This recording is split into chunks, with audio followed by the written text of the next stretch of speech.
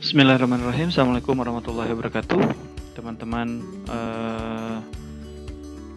pengembang media, pertemuan kali ini kita akan sedikit membahas tentang apa sebetulnya hakikat dari evaluasi media pembelajaran dan mengapa evaluasi media pembelajaran ini dibutuhkan. Tujuan umum evaluasi ini konteksnya kembali ke umum. Tujuan evaluasi yang pertama adalah perbaikan program, sehingga evaluasi media pun mengadaptasi ini. Tujuan umum evaluasi adalah untuk memperbaiki program, sehingga dalam konteks evaluasi media, tujuan evaluasi media yang pertama adalah bisa saja dipergunakan untuk memperbaiki media tersebut. Yang kedua, untuk mempertanggungjawabkan jika Anda melakukan proyek pengembangan media yang dibiayai oleh orang lain, maka Anda harus mempertanggungjawabkan dengan melakukan evaluasi terhadap media yang Anda buat sendiri. Ya, sehingga ini penting untuk pengembang media memahami konsep evaluasi media. Yang terakhir adalah penentuan tindak lanjut. Dalam proses pengembangan, evaluasi ini tidak hanya untuk menilai mutunya saja, tetapi juga untuk melihat apakah langkah selanjutnya apa. Jika sudah bagus, nanti kan salah satunya polanya seperti ini. Jika sudah medianya sudah dianggap bagus, maka tindak lanjutnya adalah disebarluaskan atau didiseminasikan. Tapi jika kemudian ada yang perlu diperbaiki, maka bagaimana bentuk perbaikannya, kepada siapa, langkah-langkah perbaikannya, bagaimana, seperti apa. Nah, itu yang kemudian ditentukan. Sehingga evaluasi salah satu tujuan umumnya adalah untuk menentukan tindak lanjut. Dalam konteks evaluasi media, itu pun dilakukan.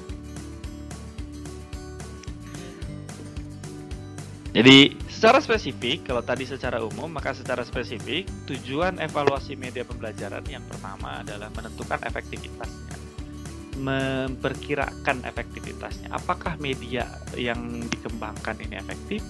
Apakah media yang sudah ada ini dianggap efektif? Tentunya dengan indikator-indikator yang jelas. Yang kedua, menemukan aspek-aspek yang perlu dilakukan perbaikan. Menemukan kelemahan dari suatu produk media adalah salah satu tujuan dari evaluasi media pembelajaran. Dan yang terakhir adalah memberikan saran penggunaan media.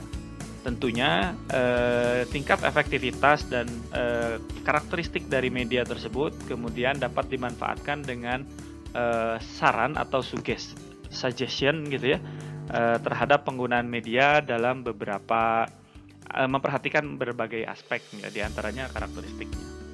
Dan kemudian dalam konteks evaluasi ada beberapa komponen umum. Komponen umumnya diantaranya ada pengukuran, ada penilaian, dan ada pengambilan keputusan. Nah, ini komponen umum evaluasi.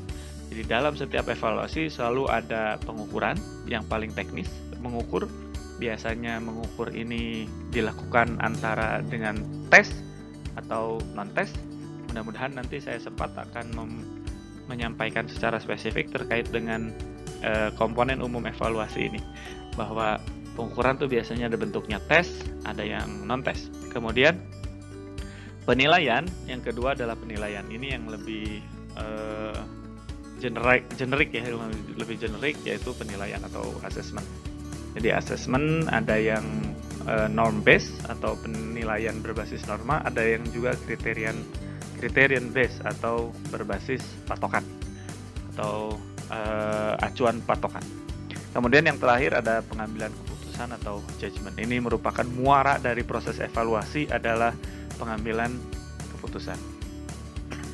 Selanjutnya, langkah-langkah evaluasi media pembelajaran untuk memberikan gambaran kepada Anda bahwa bagaimana sebetulnya evaluasi media itu dilakukan. Yang pertama, evaluasi media dilakukan dengan melakukan pengukuran. Tadi karena komponennya ada 3, yang pertama pengukuran, maka langkah evaluasi media yang pertama adalah melakukan pengukuran. Untuk apa pengukuran dilakukan? Untuk memahami konteks media yang dinilai. Kemudian untuk dengan cara mengembangkan kisi-kisi dan instrumen pengukuran, dan kemudian baru dilakukan pengukuran jika sudah ada instrumennya. Jadi menilai media, melakukan pengukuran terhadap media itu perlu digunakan instrumen yang sifatnya khusus. Kemudian yang kedua, penilaian media pembelajaran. Penilaian media pembelajaran kemudian mendeskripsikan hasil pengukuran. Jika sudah dilakukan pengukuran terhadap aspek-aspeknya melalui indikator-indikator yang sudah ditentukan, maka kemudian dideskripsikan dan kemudian ditelaah dan dikaji hasil pengukurannya. Yang ketiga, kemudian dilakukan pengambilan keputusan dengan membuat kesimpulan dan rekomendasi berdasarkan hasil pengukuran dan hasil penilaian. Demikian materi pertama yang bisa disampaikan terkait dengan hakikat evaluasi media pembelajaran. Untuk diskusi kita selanjutnya, silahkan dicari dari berbagai referensi apa sebetulnya yang menjadi kriteria media pembelajaran yang baik. Demikian, semoga bermanfaat. Sampai jumpa di kesempatan berikutnya. Assalamualaikum warahmatullahi wabarakatuh.